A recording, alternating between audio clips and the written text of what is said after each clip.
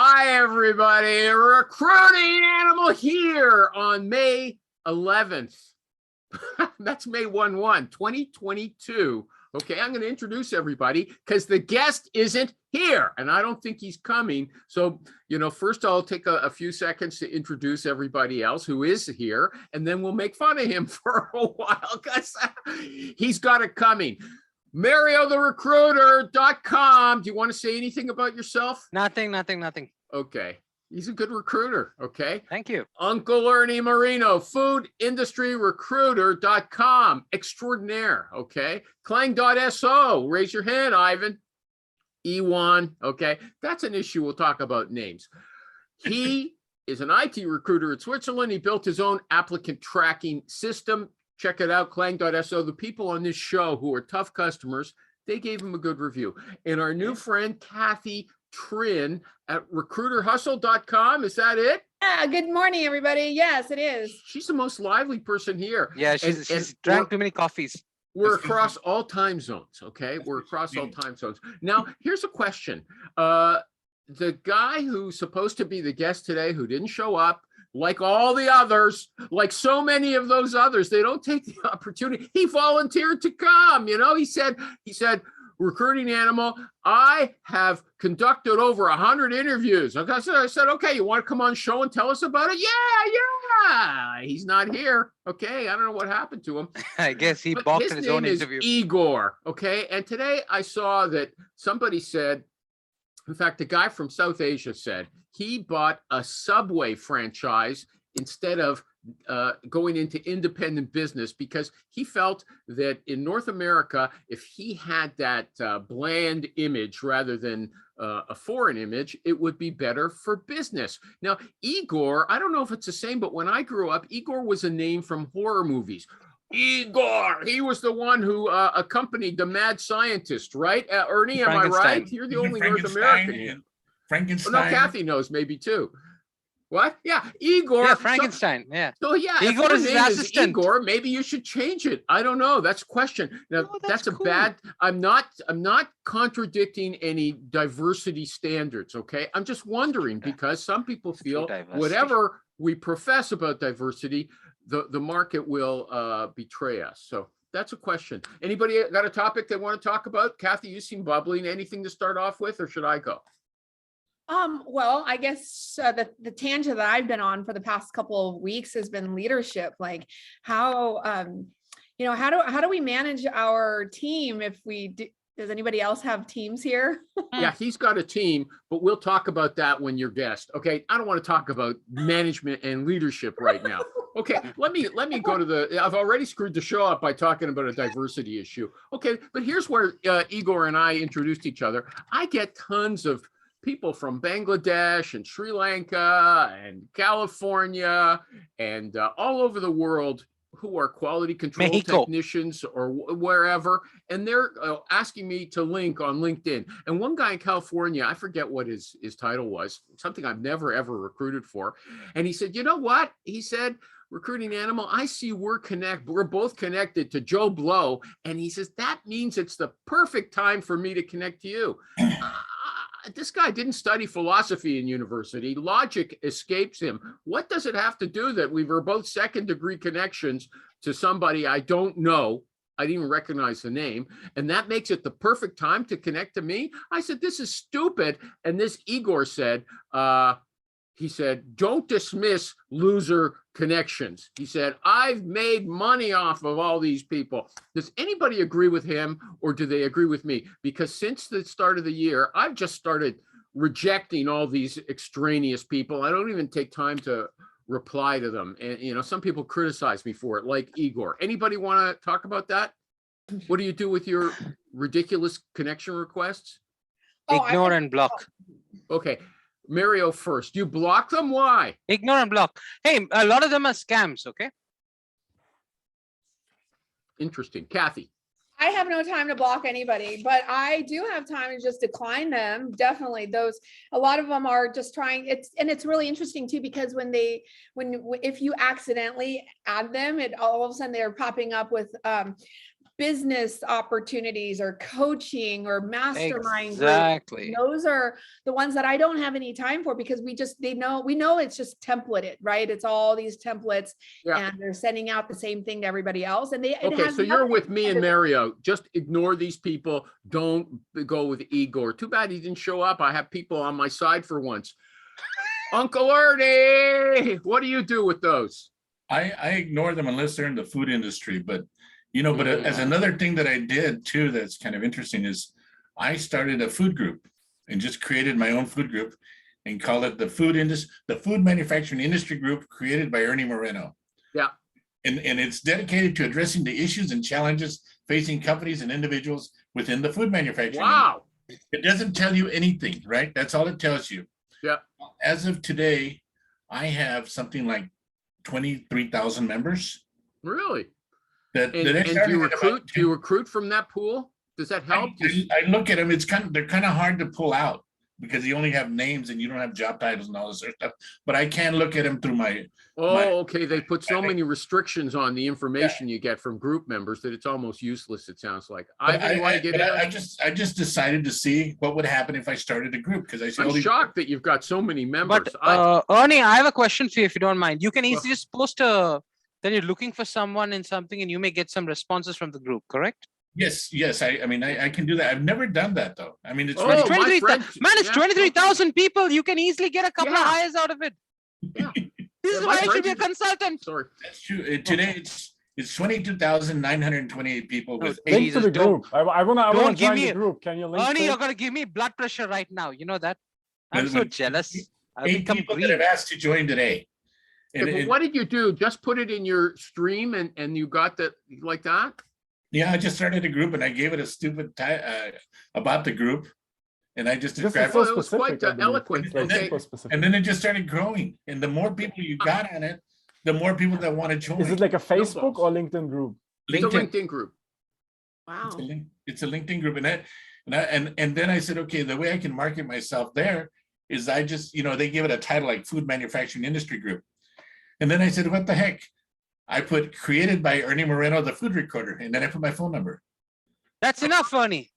That's more than enough. You just need to post, I'm looking for someone. That's it with the title. You're going to get a couple of responses. You got the social thing set with that group. And that's social proof. Yep. That was what I just want to say that I have a friend who started a semiconductor group like that, and he had 20,000 members. Whenever he got a job, he sent it out, and he always got some responses. Ivan, what about you and irrelevant connections? Do you humor them like Igor says I should, or do you press ignore like Kathy does? No, I think Kathy says she has no time to deal with that, and I have the same situation. Yeah, you got to get rid of them though. Press ignore, right? I've got a suggestion for you. It depends on your situation. For example, Igor is a hiring manager. If they're having a referral program in his company, he can mint money off whoever connects to him. Think of it. I don't think so. If it's a totally irrelevant person from somewhere else. No, if for example, if they're looking for some junior guy and the junior guy connects with him, he just needs to put, I'm looking for someone. Referral. Okay. We're not talking about just junior people. We're talking about people way out in left field, okay? Don't make me, define it to death, but that's who I'm talking about. Next question. Well, I have a quick question for Ernie real quick about his group. So you have this group, this LinkedIn group, right? Because what I noticed that anytime I would post a job on my regular LinkedIn profile, I would say very little people like it because they don't want to appear to be online that they're little people or few people, okay? There are very few people are responding to it. So are these like little people are like this? What type of content are you putting onto that LinkedIn group? Because I don't put any content. Oh. I let just people that join put content. Kathy, you missed one very crucial point. He has niched down to his food group. It's a food group so specifically with the idea. Anything?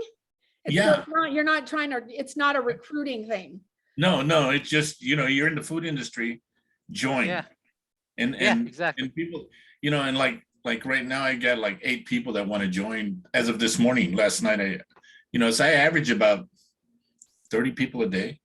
If you put the link here now, it will be one more me. I just want to see the group.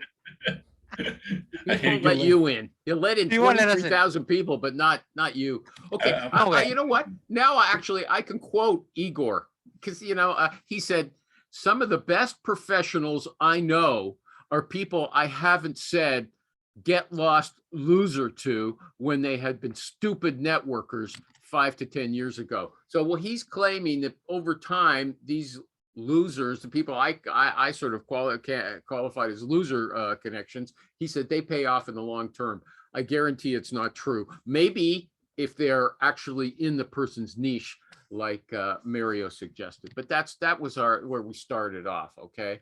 Anyway, yeah.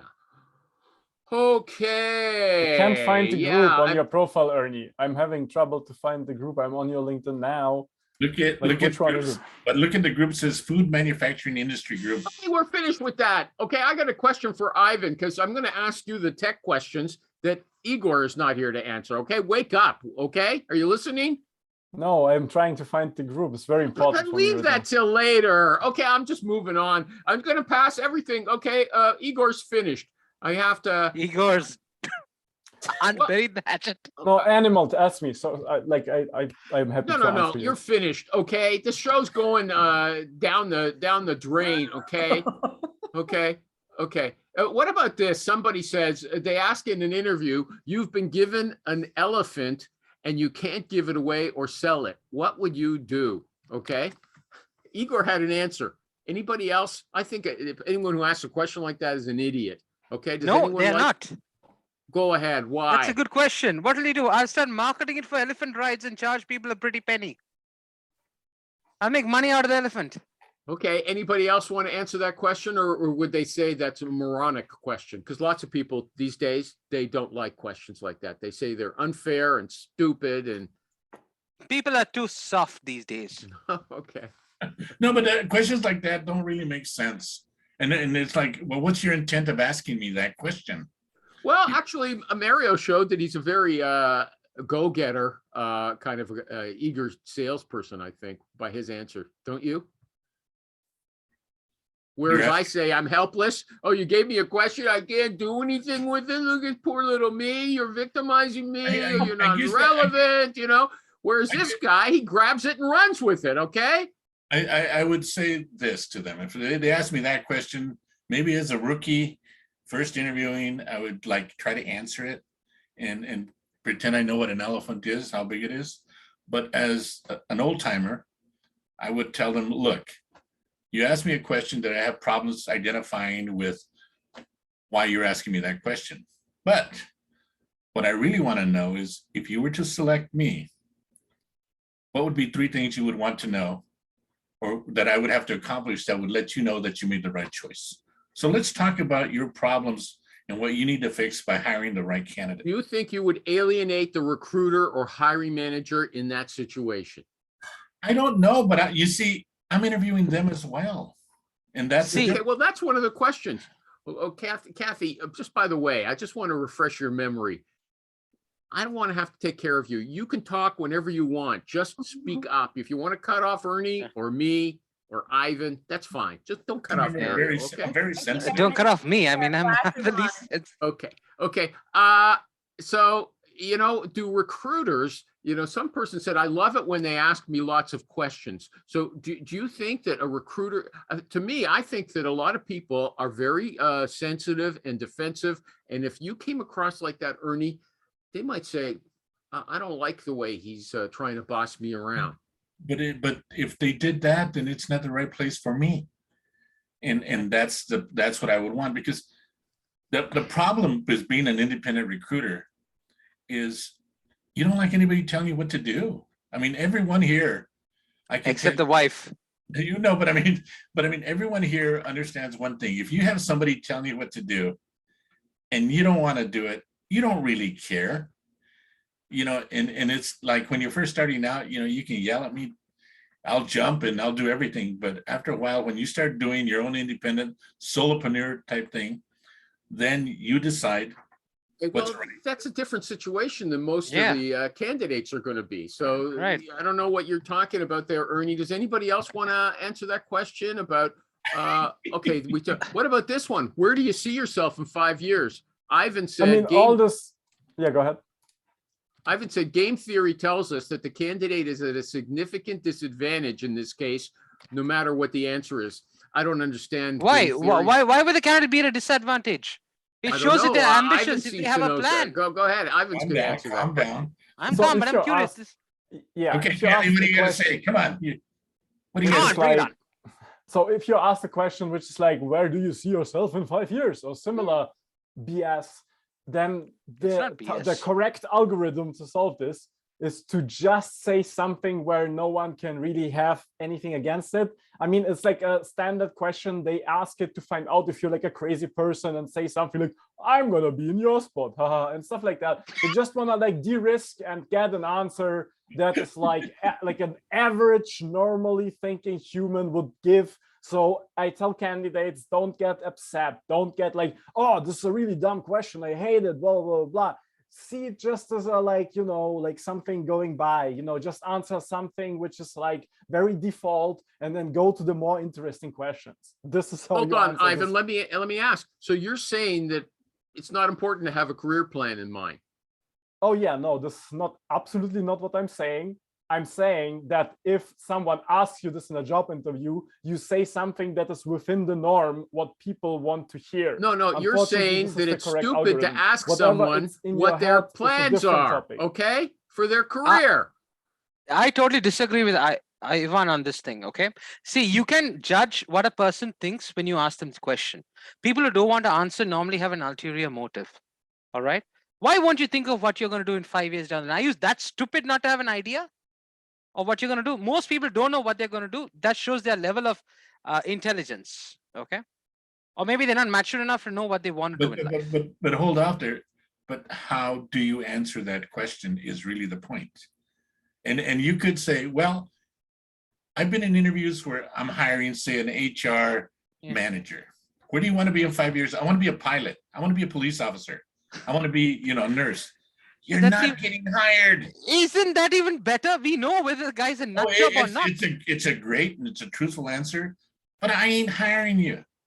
Yeah, so I mean, what you gotta say is, no, Ernie, that's an outlier thing. If you're going to interviewing someone for a quality, wait a second, a quality control technician. No, in a food manufacturing job, they're not going to tell you they want to be a nurse in 5 years. Okay, that's so unlikely. That's not a good example. I was going to say stupid, but I don't want to say it is a good example because I lived it. I was in HR. I was a VP of HR for 15 years. I've gone through those interviews, and I've heard people say that.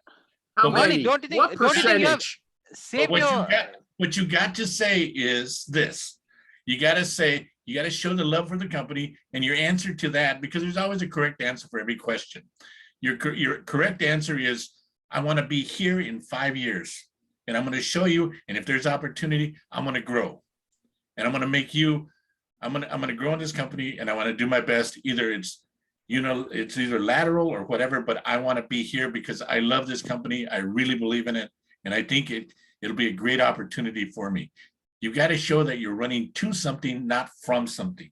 Ernie, I have a small point to make here. I'm so sorry, Ivan, if I interrupt. Ernie, I would rather get the truth out of someone's mouth so I don't hire them. It's simple as that. Okay? True, but we're talking about how do you get the job? Oh, I was talking about how you prevent the nut job from joining the company. You're asking me questions like, what kind of animal would you be? What kind of this? What kind of That's tree? Stupid. Well, they're all stupid questions. I would be a dragon if I was an animal. Because the whole thing, burn everyone down. Because the whole thing in an interview, right? They interview you, and then everybody starts writing their answer, and subjectively they're trying to say what you do. What they don't do, and what you should do, is if I had all four of you guys interviewing, and you were my CFO, and you were my HR person, I would tell you exactly as a hiring manager what I want you to go after. But people don't do that. They just say, just interview this guy, and they interview them, and then they go from there. And then they get together and they try to figure out whether they made the right hire. Ivan's next, but I want to say something first. Okay. I would never accept that kind of canned answer about the 5 years. And in lots of industries today, it seems to me, 5 years is ridiculous. People are changing more than that. And you don't want someone who's going to stick around. You want someone more ambitious who's going to move every 3 years so they can grow and gain more experience. You don't, because you can't hire people now. You can't find anybody. So you don't want anyone saying, I want to be here 2 years and I'm going to get my ass out of here and I'm going to go to another company. I'm not sure about that. Ivan, go ahead.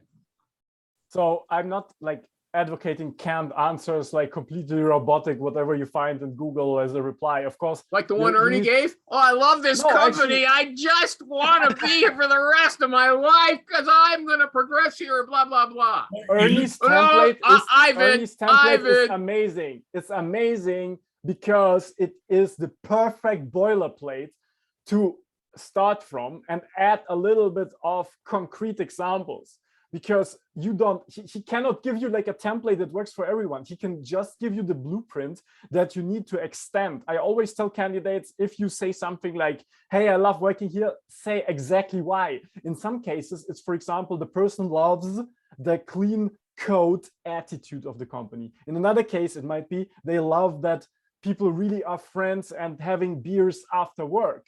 So this you, of course, cannot give in a template. But what you can give is the mindset, what just Ernie gave you, which was gold, in my opinion. Why don't you guys ask Rich that question? Let's see what he says. Number 11, welcome to the show. CornerstoneSearch.com, the number 11 best recruiter on the Forbes best recruiter list for 2022. Work a little harder, you can make the top 10. Yeah, really. We want to be him. The question now, Super Rich, is where are you going to be in 5 years? Yes, in South Carolina. Is that a fair question? Do you ask that question? What was that? What was the question? Where do you see yourself in 5 years? What's your answer to that one? Hiring managers asking that question, Rich. Yeah, I mean, my hiring managers don't ask that question because I deal with startups and there'd be morons if to ask it, because tech companies do not last. If you're there for 5 years, as the animal actually said, was almost correct. You know, you cannot plan on being there 5 years in the tech world, especially for sales guys. You know? True. I mean, I've got that situation going on now where clients are like, well, this guy's moved after a couple of years. You know, and you got to go through the whole song and dance and explain to them the changes that had happened and what's caused that change. It's not just that they're bad people, they screwed up. It could be the company issue, you know. Can you from the get-go just answer this? If like a client calls you up and is like, the candidate you sent, like why the person quit the last 3 jobs, you can just rattle it down. Like, okay, this was like because they moved locations. This was because this company went bankrupt and stuff like that. Or do you have to say, oh wait, I have to like get back to you with that? Or how do you react if like? Well, you have to understand. I mean, you got to know why the candidate was moving. If the candidate's got the same response for 3 moves in a row, it's probably a candidate issue. All right. I mean, if it's always someone else's fault, it's probably the candidate. If you moved to one company because they got acquired, you left one because they got acquired, you left one because a new manager came in and didn't see eye to eye. The guy came from Oracle and we're a startup. If you left because listen, they cut my territory in half. They changed their commission plans. I mean, I don't know. I wouldn't stay around if they took my commission from 20% to 10%, or they had 50 accounts and I'm down to 4 and a higher quota. Let's just make something clear. Your clients never ask that question because they don't expect anyone to be there necessarily in 5 years. Yeah, most of these guys themselves won't be there in 5 years. That's company why will go out of business. They get acquired, they go public. I mean, things change. If you're at a startup, your stock vests in 4 years. So anybody want to fight with Rich? No, it really, who has the guts? It really depends too on the experience of the hiring manager. If in the old days, I remember people saying, well, he got downsized, so there must be something wrong. Mm-hmm. Today, everybody gets downsized. And if you haven't gotten downsized, then you haven't been in an industry. But companies still look at it as a negative. You get caught in a riff. They want to know why. And even if they got downsized too. Yeah, the guys that move around the most and stay in management are usually the worst, because those are the guys who are like, I can't take a risk when this guy's moved too much. When this guy himself has moved too much. Yeah, they know their LinkedIn page and say, what about you? Well, and that's what I've done. I mean, oftentimes I used to do that. I haven't done it in a while, but I used to take like the client's resume if he moved a lot or he had complaints about certain companies. If the guy was at like Oracle, I put SAP. If he had HP, I'd put Dell or whatever, and just change the name on the resume and see if he'd accept or reject the resume. And more often than not, he would reject his own resume. You know, the guy literally would not hire himself. So you did that? Yeah. Oh, yeah. I've done it a bunch of times. Then you called him up and said, "Hey, I just made a trick on you." Or what? No, I let them say, "Listen, this is the whole point." I'm like, "I can't believe you passed on this guy. It's exactly your background. You wouldn't hire yourself." And they're like, "Oh, no way. This is." I mean, I'm like, and then I don't even change the words in the body of the resume. It's the same numbers, the same everything. And then either the guy's either going to be a jerk about it, and he's going to be all pissed off, or like, "All right, well, great, big deal." The guy's unrealistic. He's an unrealistic hiring manager. So who cares? What about Rich? What about the guy who is the hiring manager and you present somebody that's better qualified than the hiring manager? They're smart if they hire them. You got it. The smart managers want to hire people better than themselves. Makes them look good. And do you think it happens? Absolutely. The good ones. I mean, why wouldn't you want, I mean, this is the argument you got to make. Why wouldn't you want people smarter and better than you? I mean, if you're insecure about your job, that's a bigger issue. But at the end of the day is every guy in management just wants to look good to their guy above them. And how do you look good? By having smart people below you doing the work. Unless you're they're not just afraid of their jobs. I mean, everybody's got egos as well. They don't want to feel humiliated by their underlings. Well, I mean, but again, that goes to being the cultural issue too. I mean, if you're a good manager, you want your guys to be successful. You want them to be to make you look good. And how they're going to make you look good? By having great ideas. And eventually, they probably get promoted either to a big company, to a peer of yours, to above you. They'll go someplace else and get a VP or director job. And that takes an individual who understands that their job is to make their boss look good. Yeah, I mean, one of the things that I do when I pitch jobs to candidates, and it's generally true. I mean, all my roles are like the servant leadership, the companies have leaders that believe they're there to make their sales guys look better, make their jobs easier. You want a leader who leads from the front, it's not a micromanager. You want a guy that's, he believes, he's going to do better if you do better, and that's the kind of leader you want. Kathy, you want to ask him a question about leadership? He doesn't have a team. He works by himself. Okay. He's a one-man show. He used to be a two-man show until last week. Yeah. Well, every now and again, he's a two-man show. I know. If you want to ask him, I don't think he's got anything to address with your question that you were asking about being a leader in a recruiting team, but you're welcome to ask. Otherwise, I'm going to move on. Okay. I just think leadership's just a mindset. We have to have that leadership mindset in order to just, take on searches and just be waking up in the morning and just being self-motivated and whatnot. So that's from a leadership standpoint. I do a lot of training, and I participate as a participant in like very lengthy year-long leadership programs, because I work as an independent as well. And so sometimes it's hard for me to wake up in the morning and get excited about certain things, but, that's, yeah, no. Okay. That's the end. Yeah, no, that's the sign. Okay. Sleepy candidate. Okay. Here's a lady, a recruiter said at 5:10 p.m., a video Zoom interview is scheduled. So it's 5:00 this afternoon. I schedule a video interview for tomorrow or for later on with my candidate. I give the candidate multiple times and dates, all kinds of potential. She chooses 10 a.m. tomorrow. So it's 5 p.m. today. She chooses 10 a.m. tomorrow.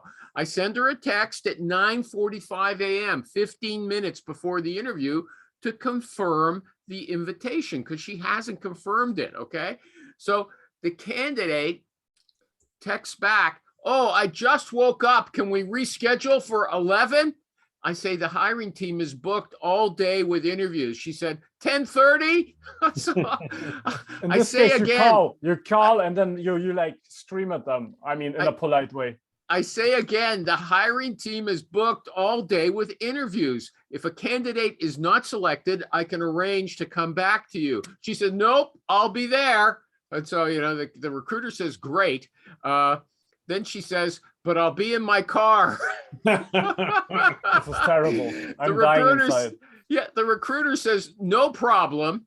The next day at 10 a.m. on Zoom, the candidate is not in the car, but she's in her pajamas. This is so terrible.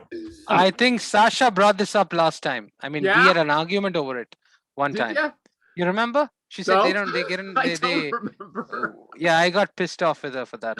Yeah. Hold on. Would that be an automatic? This candidate sounds like someone who's canceling themselves out from the start. Anybody got would anybody still What? consider this person? It's a good thing they wear pajamas. Yeah.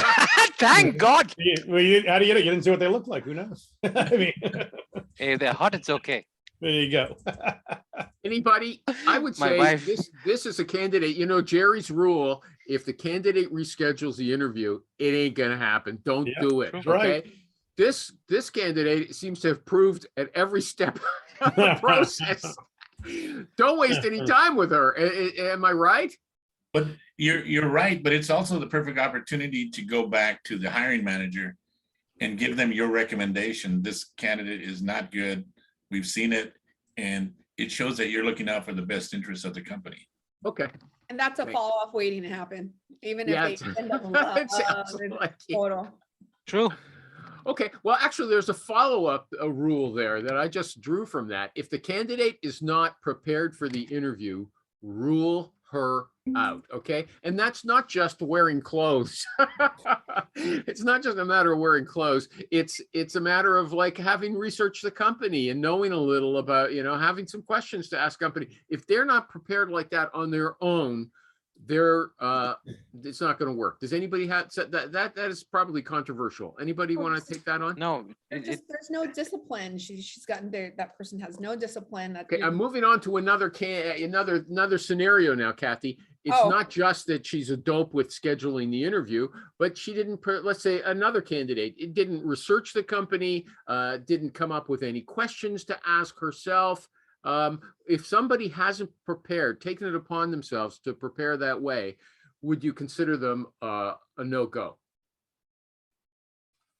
Kathy says no go. Does anybody else? No, for me, it's no go. Sometimes, yeah, I'll definitely have to pull the interviews. I mean, we just know it in our gut based on all the candidates that we've interviewed. We know in our gut it's not going to. It's a complete waste of time if they're not prepared and it's like they don't show up for meetings and whatnot. So No.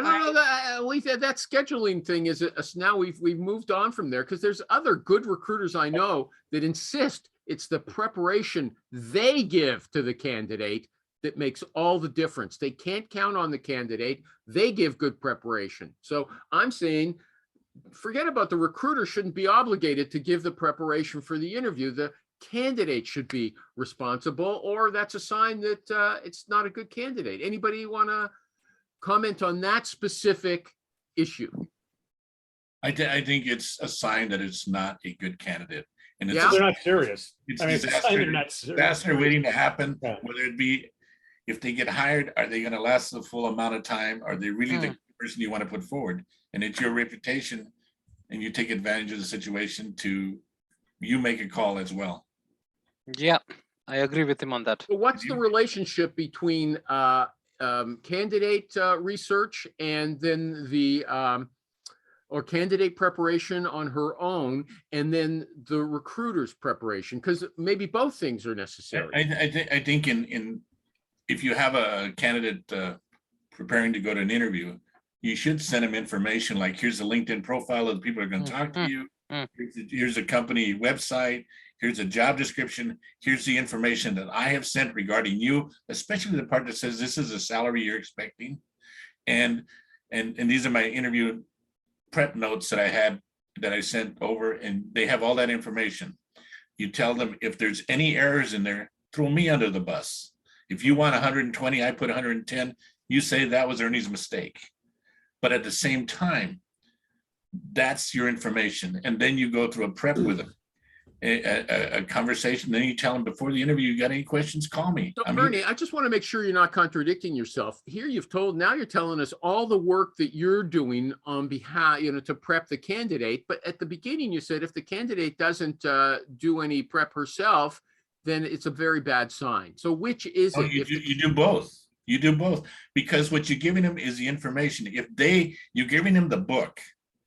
If they do not look at the LinkedIn person, if they do not look at their profile, if they do not look at the job description, if they do not look at the website, and you're talking to them, then you know you got a person that's not going to do well. Okay, so let's ask a different way. What's the role of recruiter preparation of the candidate? Anybody? Ernie told us exactly what he does. Anybody else want to spell it out? Rich, Kathy, go ahead. You have to talk, okay? Don't raise your hand. No, I'm raising my hand. Oh, no, 10 out of 10 times I'm always prepping a candidate. And even if the candidate sounds like he knows what he's doing and he sounds smart, 10 out of 10 times I'm doing it because of candidate control. Even if it's a 3-minute phone call, I want to make sure that he's in communication with me, because the entire process, he needs to stay in communication with me.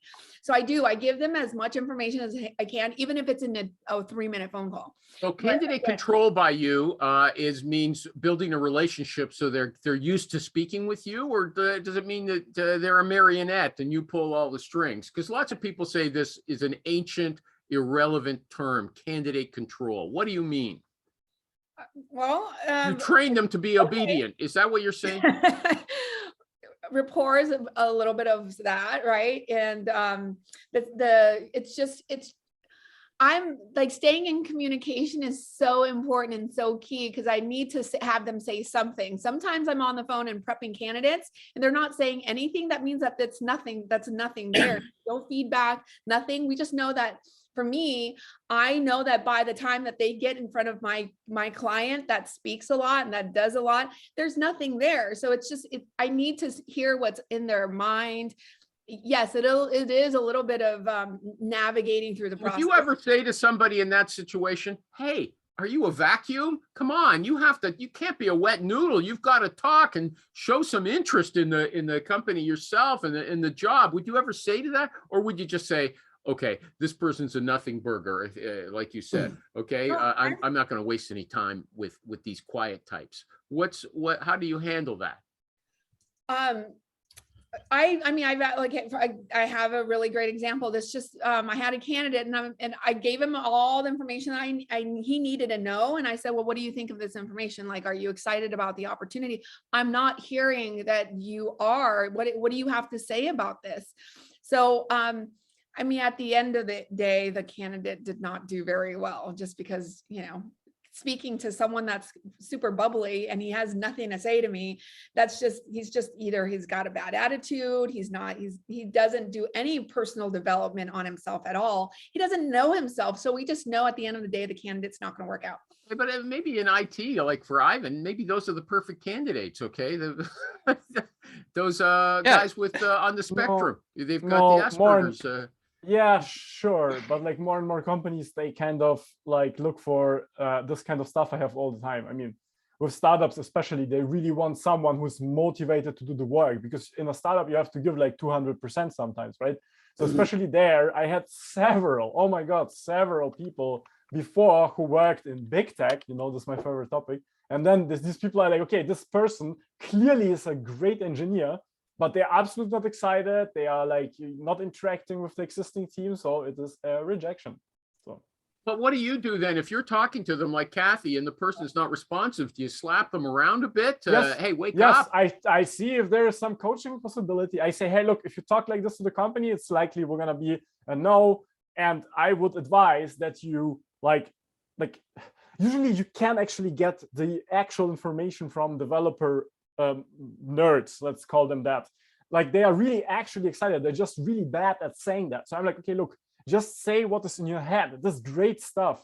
You do have the motivation. You do have everything it takes. So these kind of people, like it's actually, they are coachable. But there are also people where it's really hard to, these are usually people who are just checking out the market. They really want to engage, and usually they then tell you also that recruiters are really bad and that's everything. It's like, especially now in the hot market, I'm really excited to see the next downturn where now it's starting to happen that developers call me and say, hey, Ivan, how is this process going? Never happened to me in 6 years of recruitment. Very interesting experience. So let's see how it will be in the next recession, right?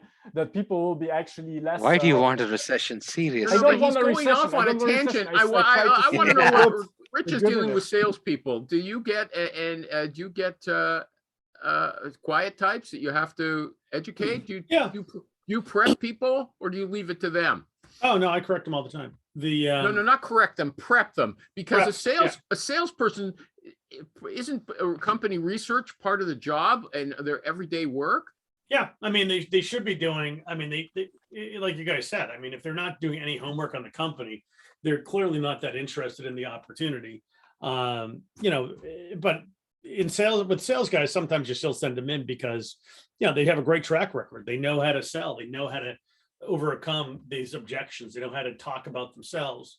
So in that sense, they can be a little bit easier, but at the same time, they can be a lot more difficult because they're all great bullshitters. You know, but you do the good ones. I mean, the difference between the A's and the B's, they come prepared. They have questions. They've done some homework. They see what they've got in common with. I'm confused. Does anybody rule out a candidate? Say, hey, you didn't do any, or do you not know till after the interview? You didn't do any prep. I'm not interested in sending you into my client.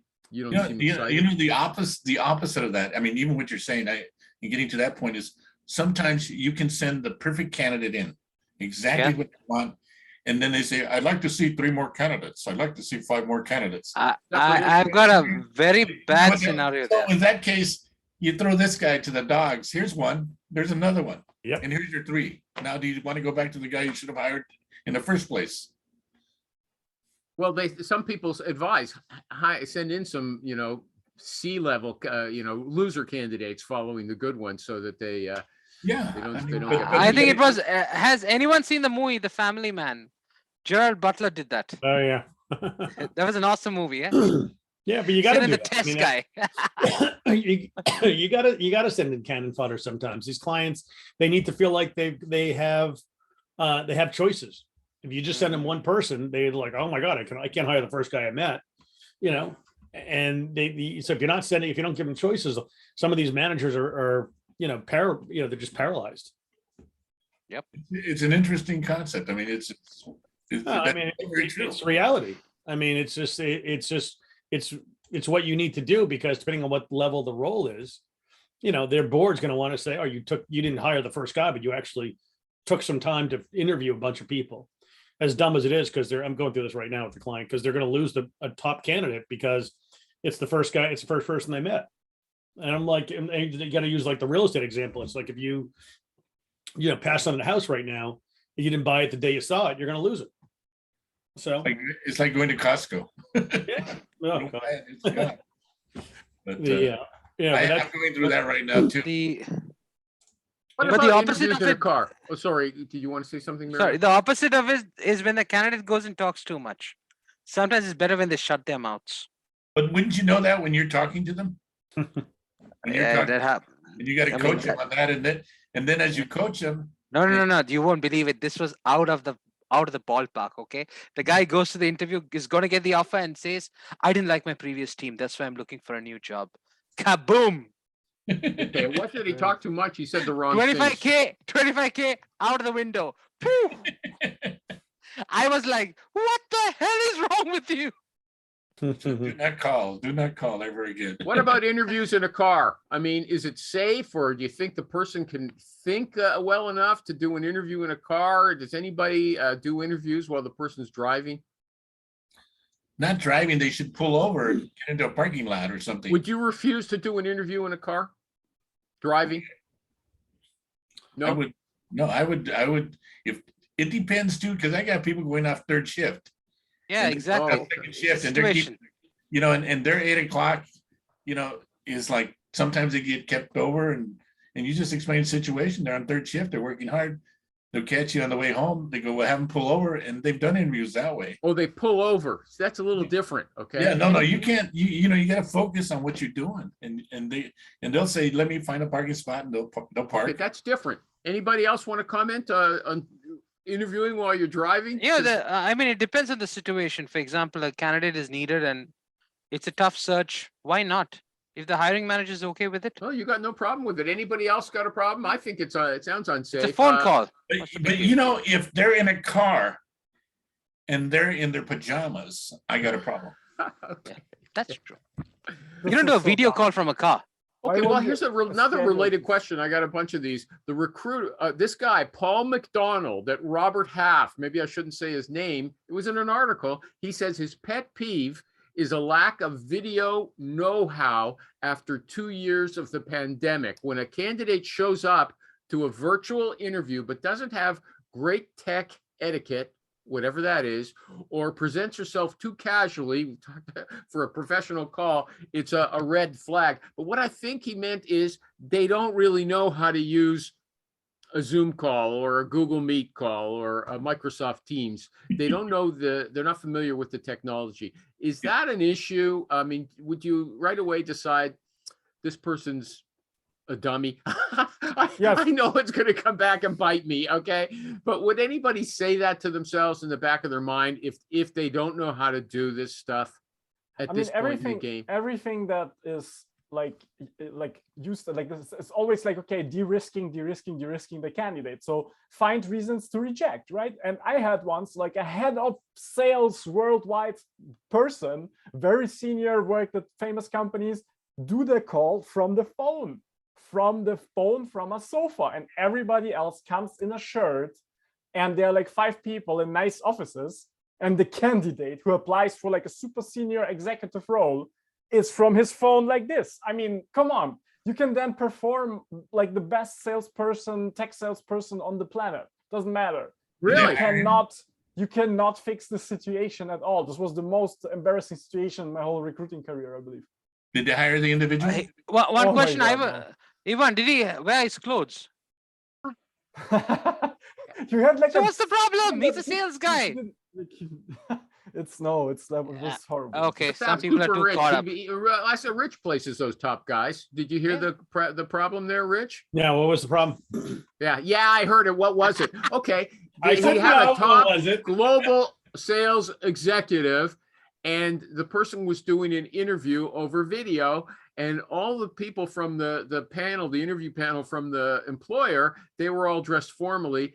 This candidate does the interview with a cell phone on his couch, and it didn't go over very well. It was they thought the guy was a dope. He didn't get it. What would you say in that situation? You can only tell. I mean, you got to assume executives are going to know what the hell they're doing. I've had it too. I mean, it's some companies get over it if the guy can really carry himself well. Other guys, not so much. Why is that a problem in the first place? Well, it's just bad etiquette. I mean, like, is he going to do a business meeting like that too?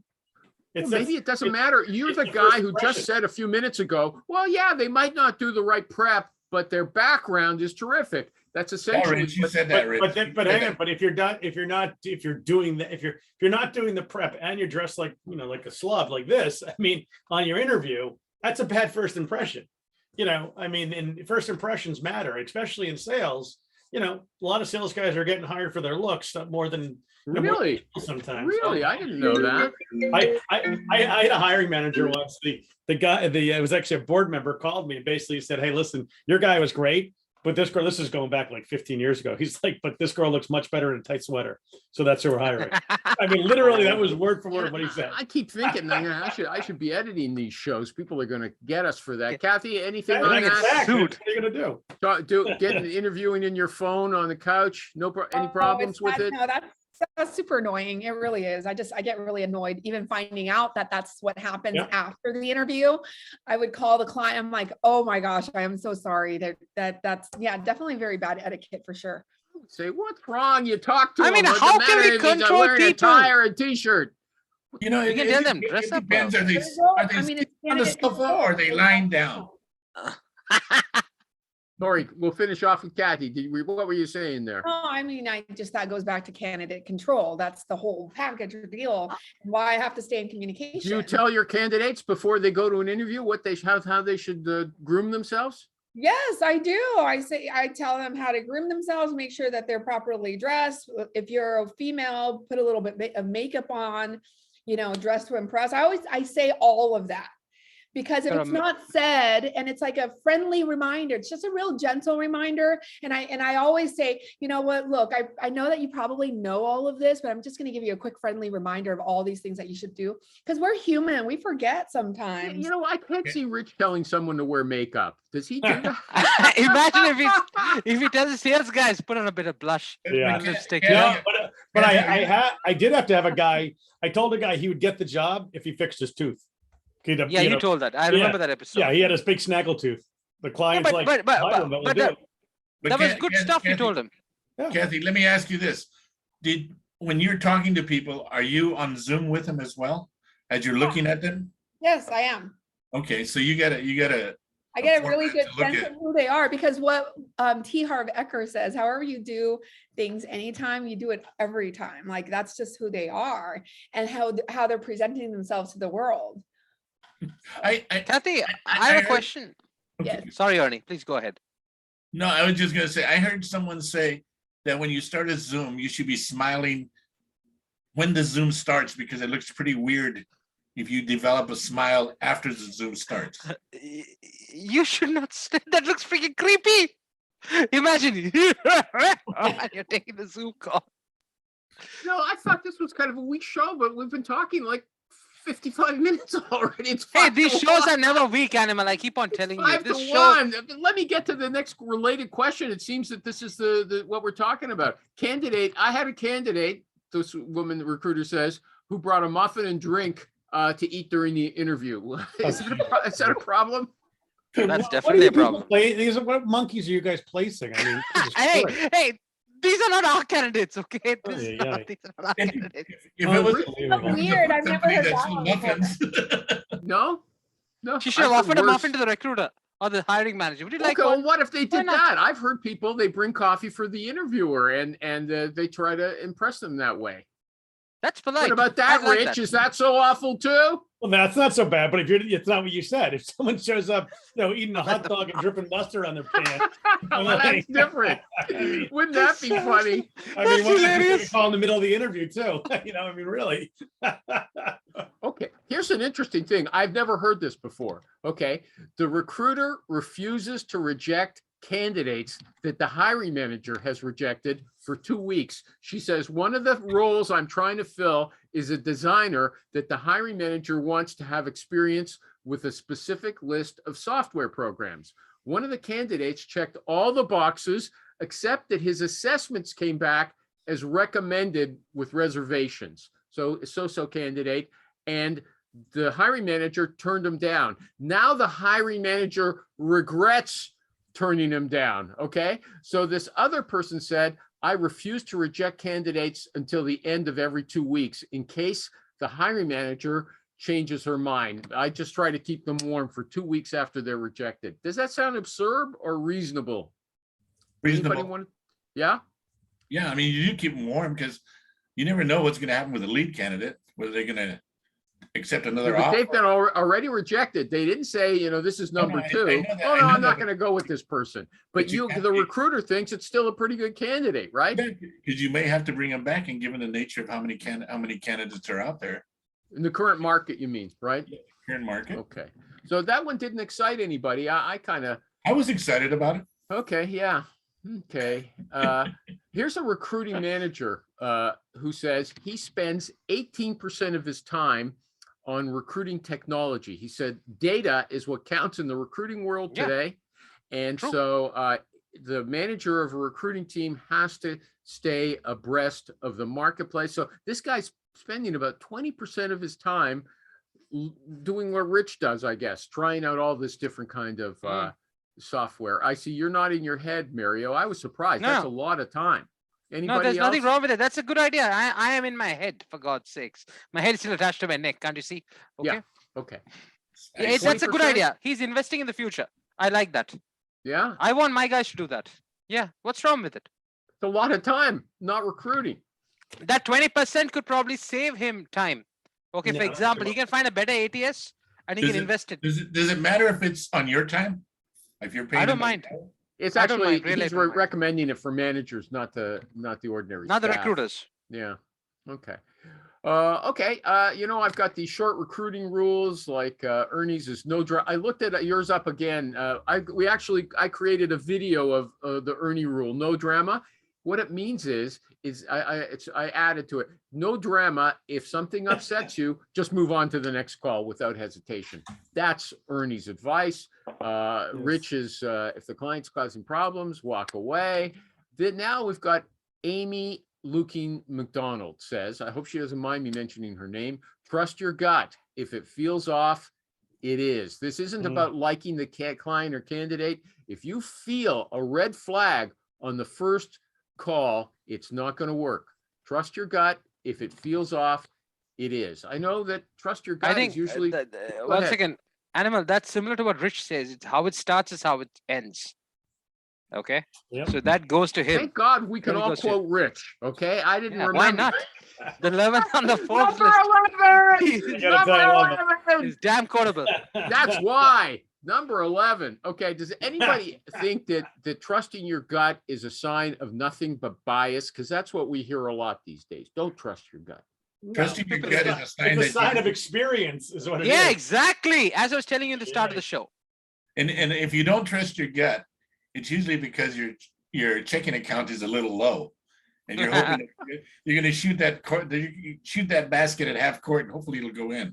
Oh, you're sending out the second-rate candidates, just like you said. Okay. I mean, I got to tell you, if you ask most recruiters, every candidate that every deal they've lost, to a fall off or whatever, I bet you, 90% of those people were people they knew they shouldn't have sent out to begin with. Just like Kathy said, the person doesn't talk, they get a bad, if you got it, this isn't going to work out, right? Okay. My one rule with that real quick is when you ask a candidate, well, how did the interview go? And they say, hey, it went great. It never goes great. Yeah.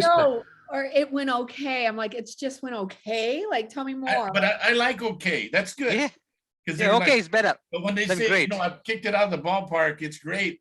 And then you call the hiring manager and they go, man, that guy sucked. Every time. That's brutal. Okay. Today's brutal. MarioTheRecruiter.com. Any final words? Any final issue? Nothing. Uncle Ernie just got his final words. Food industry recruiter with his 22,000 members on LinkedIn. If you're in the food industry, go to that. Clang.so. He built his own applicant tracking system. Everyone should try it out. Super Rich Rosen, cornerstonesearch.com, number 11. Don't forget it. You should get a hockey sweater. Train to win, yeah. I know, really, huh? Number 11 on it, right? And when you retire, nobody else is going to get that shirt. Kathy Trin, she's going to be the guest. Mario's going to be a guest as well, but Kathy in a couple of weeks is going to be the guest. Any final words of wisdom you want to share with our audience, Kathy? No, No. I guess. Sorry, I wasn't paying attention. Everything was great today. Yeah, okay. But recruiterhustle.com. That's your URL, right? Thanks, everybody. Goodbye.